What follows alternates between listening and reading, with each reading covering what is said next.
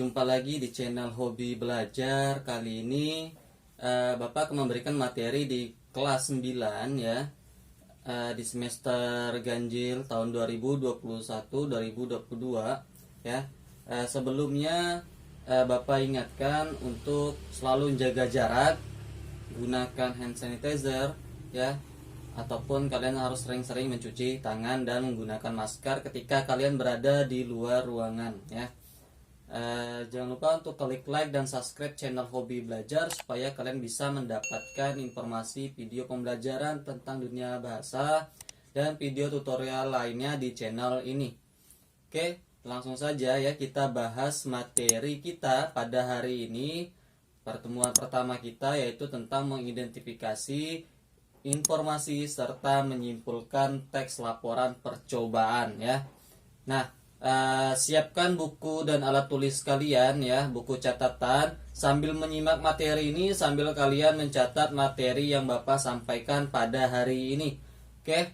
Nah, jika kalian sudah menyiapkan materi buku tulis ya, dan alat tulis kalian, kita langsung saja memulai materi kita pada hari ini. Nah, mengidentifikasi informasi serta menyimpulkan teks laporan percobaan. Nah, pastinya kalian sudah pernah melakukan sebuah percobaan ya, ataupun kalian pernah meneliti sesuatu hal. Nah, disinilah kita akan mencari sebuah informasi dan menyimpulkan teks laporan tersebut. Adapun KD dan indikator yang kalian ketahui ya, yang harus kalian ketahui dalam pembelajaran pada hari ini yaitu pada KD 3.1 dan 4.1 ya. Dimana 3.1 itu mengidentifikasi informasi dari laporan percobaan yang dibaca maupun yang didengar ya. Serta 4.1-nya menyimpulkan tujuan, bahan, alat, langkah-langkah dan hasil dalam laporan percobaan yang kalian dengar maupun kalian baca. Nah, indikatornya ya, 3 dari 3.1.1 ya, menjelaskan isi informasi laporan percobaan, mengidentifikasi ragam model teks laporan percobaan serta mengidentifikasi prinsip penggunaan kata, kalimat, tanda baca serta ejaan. Yang 3.1.4 mengidentifikasi isi informasi tentang struktur dan ciri kebahasaan teks laporan. Sedangkan 4.1.1 itu menyimpulkan ragam model teks laporan percobaan ya, menyimpulkan prinsip penggunaan kata, kalimat, tanda baca. Yang terakhir menyampaikan isi informasi tentang struktur dan kebahasaan pada teks laporan. Nah, inilah materi yang harus kalian ketahui pada pertemuan hari ini. Tujuan pembelajaran ya, ada tujuan pembelajaran yang kalian capai ya setelah kalian menyimak materi pada hari ini, yaitu yang pertama, kalian harus bisa atau harus dapat mengidentifikasi informasi laporan percobaan. Yang kedua, kalian harus bisa menjelaskan pengertian teks laporan percobaan. Dan yang terakhir, kalian memahami menyimpulkan informasi laporan percobaan. Nah, inilah tujuan pembelajaran yang hendak kita capai pada materi hari ini. Oke. Nah, Bapak akan menyediakan sebuah teks laporan ya. Silakan kalian baca terlebih dahulu, kalian pahami, kalian simak teksnya ya. Nanti akan ada sebuah pertanyaan dari Bapak. Nah, silakan kalian baca terlebih dahulu tentang membuat sabun mandi ya. Silakan dibaca terlebih dahulu.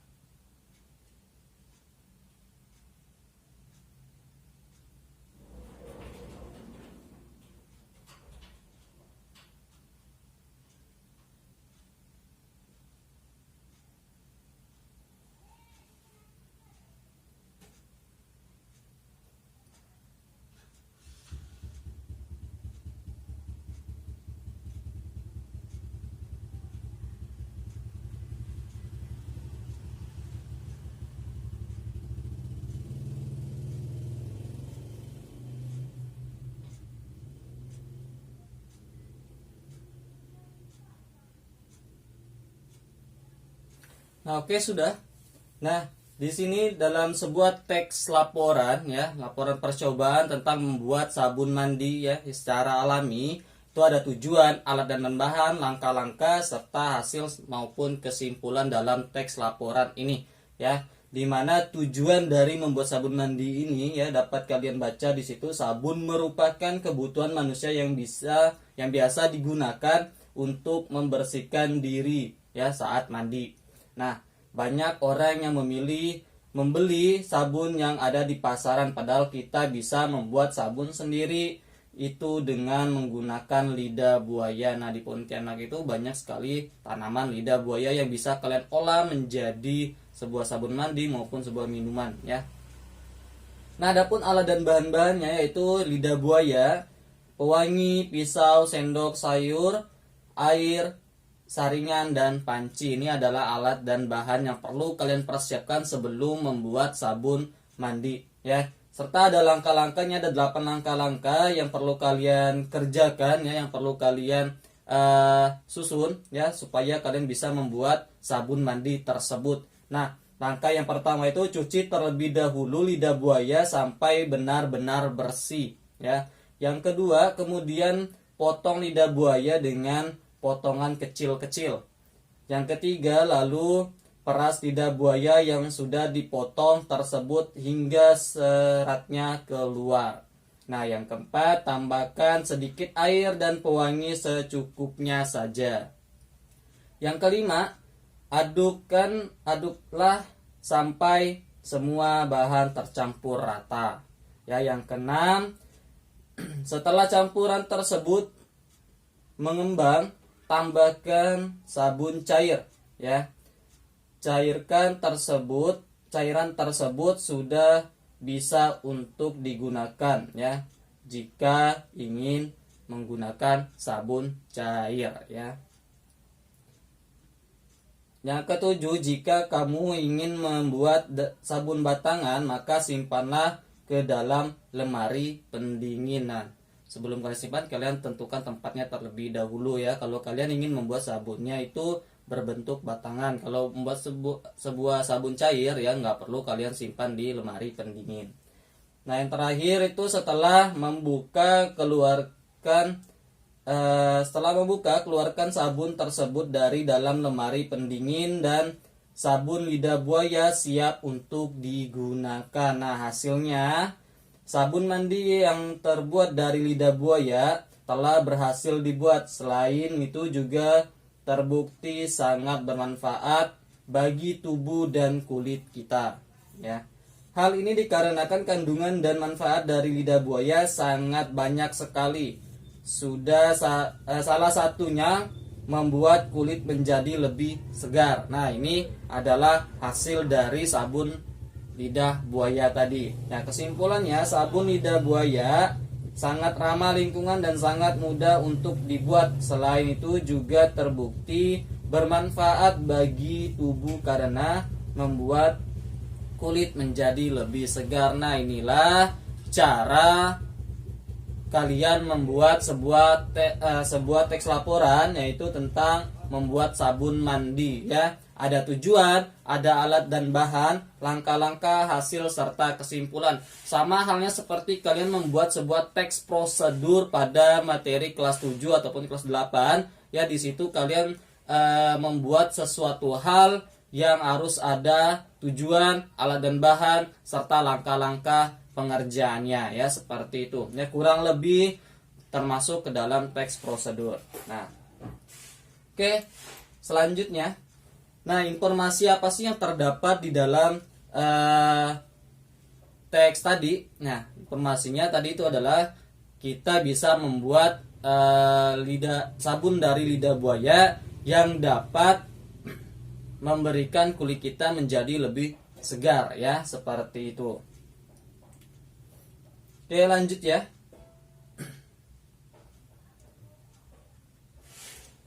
Nah, apa itu teks laporan percobaan? Ada yang tahu? Apa itu teks laporan percobaan? Nah, teks laporan percobaan itu adalah teks yang berisi paparan tentang tujuan, proses, dan hasil percobaan yang kalian lakukan ya. Kalian ingin melakukan percobaan tentang apa? Atau kalian ingin membuat percobaan selain sabun mandi tadi ya, bisa kalian gunakan. Nah, teks laporan percobaan merupakan teks yang menceritakan tentang percobaan yang dilakukan oleh peneliti. Peneliti itu siapa sih? Nah, pastinya peneliti itu adalah kalian yang melakukan suatu percobaan ya. Seperti dalam teks tadi kalian membuat sebuah sabun mandi. Nah, penelitinya adalah kalian sendiri. Paham ya? Oke. Lanjut. Nah, ciri-ciri teks laporan percobaan, ada yang tahu ada berapa ciri-ciri dalam teks laporan? Ya, ada yang tahu ada berapa? Nah, ciri-ciri yang pertama itu melaporkan hasil dari percobaan ya, pastinya seperti itu ya. Pastinya kita harus melaporkan hasil dari percobaan yang telah kita lakukan saat membuat sebuah penelitian ya. Yang kedua, percobaan ilmiah dilaksanakan untuk menguji sesuatu. Nah, yang ketiga, teks laporan percobaan berawal dengan menjabarkan tujuan percobaan. Nah, di awal dalam teks laporan percobaan itu harus ada tujuan terlebih dahulu. Nah, tujuan kalian melakukan percobaan itu untuk apa ya? Oke, selanjutnya itu menjabarkan bahan dan alat yang dibutuhkan untuk melaksanakan percobaan ya, menjabarkan bahan dan alat yang dibutuhkan. Nah, bahannya apa-apa saja yang perlu kalian siapkan dan alatnya apa-apa saja yang perlu digunakan dalam kalian melakukan sebuah percobaan. Nah, seperti inilah ciri-ciri dalam teks laporan percobaan ya, sama dengan teks prosedur ya, kurang lebihnya seperti itu. Paham sampai di sini? Nah, jika kalian ada ingin bertanya ya, silakan berikan pertanyaan kalian di kolom komentar ataupun di grup WhatsApp kita ya. Oke, lanjut.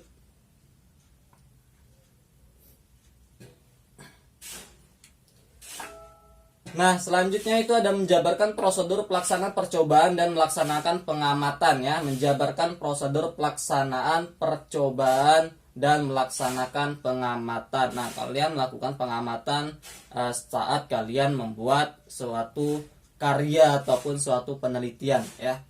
Yang selanjutnya menjabarkan pencatatan hasil dari percobaan ya. Kalian jabarkan hasil yang sudah kalian dapatkan setelah kalian melakukan percobaan tadi ya. Terakhir, di akhir laporan dijabarkan simpulan hasil dari percobaan menurut hasil analisis terhadap data hasil dari pengamatan. Nah, kalian harus membuat sebuah simpulan dari objek yang kalian teliti tadi ya. Ya, biasanya terdapat di bagian akhir dalam teks tersebut. Nah, ataupun dalam sebuah karya ilmiahnya ya. Seperti itu. Oke, nah informasi teks laporan percobaan. Nah, informasi yaitu pada sebuah teks laporan percobaan memiliki beberapa informasi yang dapat kita pelajari. Cara mengidentifikasi informasi dari laporan percobaan antara lain mengetahui struktur dari teks laporan percobaan yang memuat informasi berdasarkan fakta atau faktual, serta faktualnya berdasarkan hasil penelitian atau pengamatan yang telah dilakukan. Nah, jadi informasi apa tadi yang kalian dapatkan pada teks membuat sabun mandi tadi? Nah, informasinya mengenai apa? Ya, informasinya itu tentang cara membuat sabun mandi ya, baik batangan maupun cair ya, yang dimana manfaat dari lidah buaya itu dapat membuat kulit menjadi lebih segar. Nah, itu informasi yang kalian dapatkan setelah kalian melakukan penelitian ataupun sebuah percobaan ya, seperti itu.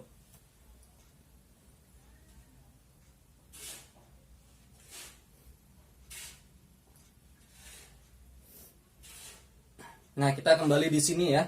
Nah, kita kembali ke teksnya. Ya, di situ dari hasil tujuan, alat dan bahan, langkah-langkah, hasil kesimpulan. Nah, kalian bisa mendapatkan sebuah informasi yang terdapat dalam teks yang kalian baca maupun kalian dengar, ya, dengan membacanya secara keseluruhan. Kalau kalian membaca penelitian seseorang, ya, misalnya kalian membaca tugas ataupun percobaan dari teman kalian, ya, nah kalian harus membacanya dari awal hingga akhir supaya kalian bisa mendapatkan informasi yang faktual, ya, mengenai objek yang diteliti oleh teman kalian, ya.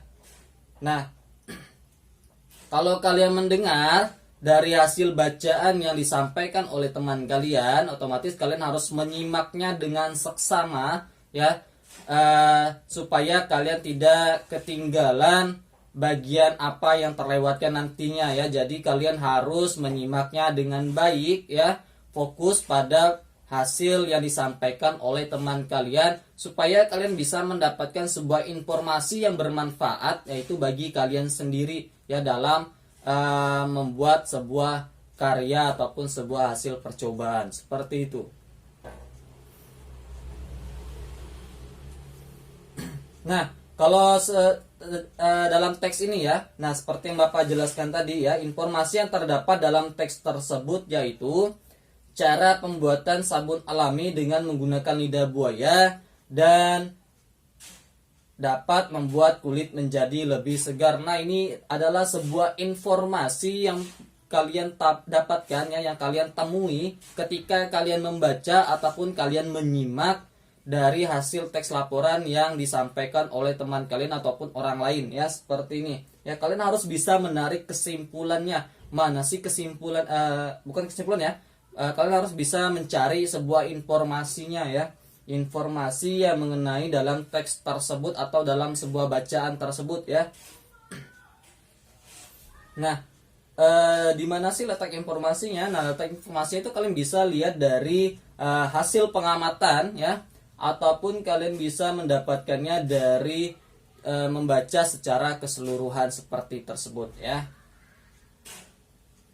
Oke, lanjut. Nah, kita masuk ke KD yang 4.1, yaitu tentang menyimpulkan teks laporan percobaan. Nah, menyimpulkan, pernah nggak sih kalian menyimpulkan sebuah bahan bacaan, ya, atau sebuah teks, baik kalian mendengar maupun kalian baca, pernah nggak kalian menyimpulkan, melakukan sebuah simpulan atau kegiatan menyimpulkan? Pernah? Nah, kalau kalian pernah, pasti kalian sudah paham bagaimana cara menyimpulkan sebuah teks bacaan, ya. Nah, apa itu simpulannya?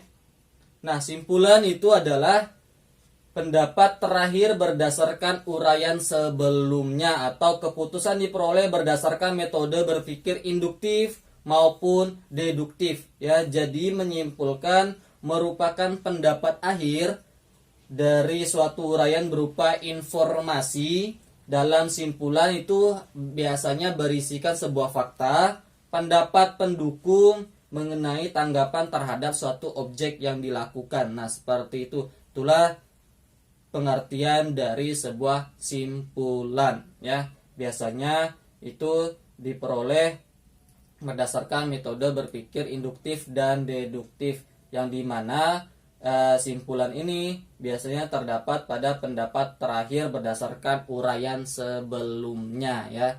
Paham, ya? Nah, silakan kalian catat supaya kalian tidak lupa apa sih pengertian dari simpulan tersebut. Nah, kalau kalian lupa, kalian bisa mencatatnya supaya kalian bisa mengingat kembali dengan catatan kalian, ya. Oke, lanjut.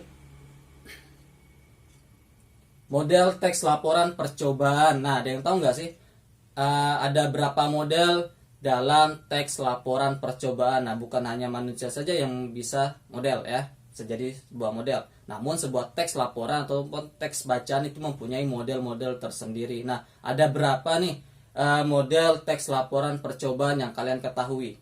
Ada berapa? Nah, ada 2 model dalam teks laporan percobaan. Yang pertama apa? Yaitu model karya ilmiah. Nah, biasanya model karya ilmiah di sini itu berbentuk sebuah makalah ya di mana itu lengkap dengan metode penelitiannya ya, dengan rumusan masalahnya dan lain sebagainya. Nah, ini berbentuk sebuah karya ilmiah. Namun kalau kalian melihat seperti teks yang tadi yang kita baca ya, yang kita baca sama-sama tadi, itu termasuk ke dalam model laporan praktikum ya. Laporan praktikum itu adalah model jenis teks laporan percobaan ya, seperti yang kalian baca di awal tadi. Nah, sudah tahu ya model dalam teks laporan percobaan. Nah, ada dua model teks laporan percobaan. Yang pertama modelnya berbentuk karya ilmiah, yang kedua berbentuk laporan praktikum. Kalau berbentuk karya ilmiah itu dilengkapi dengan metode penelitian, pembahasan, serta rumusan masalahnya ya, yang perlu kalian temui, yang perlu kalian pecahkan di situ. Serta model laporan praktikum itu biasanya hanya berisikan tujuan, alat dan bahan, langkah-langkah, hasil, dan kesimpulan. Nah, seperti teks yang kalian baca sebelumnya ya. Oke, lanjut. Nah, langkah-langkah menyimpulkan teks laporan percobaan. Ada yang tahu langkah-langkahnya? Apa-apa saja yang perlu kalian lakukan dalam menyimpulkan sebuah teks bacaan, baik yang kalian dengar maupun yang kalian baca? Ada berapa langkah-langkah? Nah, ini dia ya. Langkah yang pertama itu membaca teks dengan cermat, teliti, dan menyeluruh ya. Membaca teks dengan cermat, teliti, dan menyeluruh. Nah, kenapa harus menyeluruh ya? Karena untuk mendapatkan sebuah simpulan kalian harus membacanya dari awal juga sampai akhir ya, supaya kalian bisa mendapatkan hasil simpulan yang maksimal seperti tersebut ya. Yang kedua, mencatat kata kunci dan kalimat utama setiap paragrafnya ya. Mencatat kata kunci dan kalimat utama setiap paragrafnya. Nah, kalimat utama itu berada di mana sih posisinya? Nah, pastinya berada di ya yang biasanya berada di kalimat pertama ya. Yang juga biasanya diikuti oleh ide pokok juga ya. Nah, selanjutnya menyusun catatan ringkas yang telah dibuat dan dijadikan sebuah simpulan. Menyusun catatan ringkas yang telah dibuat dan dijadikan sebuah simpulan. Biasanya simpulan itu tidak terlalu panjang ya, cukup menyesuaikan dengan teksnya ya. Biasanya bisa satu paragraf ya, dua paragraf, ataupun beberapa kalimat ya dalam sebuah simpulan ya. Karena di sini merupakan catatan ringkas. Paham ya? Ini langkah-langkahnya. Oke, nah kalau kalian perhatikan di sini ya, teks yang tadi ya, contoh yang tadi. Nah, hasil simpulan itu berada di akhir ya, seperti tanda panah itu ya, ada kesimpulan. Nah, kesimpulan inilah posisinya berada di akhir ketika kalian membaca secara keseluruhan atau menyimak dengan baik ya, secara dari awal hingga akhir ya. Nah, kalian dilihat di situ kesimpulan, sabun lidah buaya sangat ramah lingkungan dan sangat mudah untuk dibuat. Selain itu juga terbukti bermanfaat bagi tubuh karena membuat kulit menjadi lebih segar. Nah, ini adalah faktanya ya. Fakta mengenai sabun lidah buaya yang kalian buat ya, yang dapat membuat kulit menjadi lebih segar, yang dimananya di awal kalimatnya itu adalah sebuah opini kalian atau pendapat kalian mengenai objek yang kalian teliti ya, seperti itu. Oke, sampai di sini pertemuan kita ya. Bapak harap kalian bisa menyimak dengan baik materi yang Bapak sampaikan dan kalian paham dengan materi yang Bapak sampaikan. Nah, jika kalian kurang memahami atau ingin bertanya, silakan di kolom komentar ataupun WhatsApp di grup kelas kita ya. Nah, jangan lupa untuk melakukan absen di Google Classroom ya. Google Classroom kalian absen setiap hari Selasa ya. Sesuaikan dengan jadwal kalian masing-masing ya. Di situ Bapak sudah siapkan absen untuk setiap kelasnya ya, pada hari apa ya, sesuaikan. Oke, Bapak akhiri pertemuan hari ini. Assalamualaikum warahmatullahi wabarakatuh. Sampai jumpa di video pembelajaran berikutnya.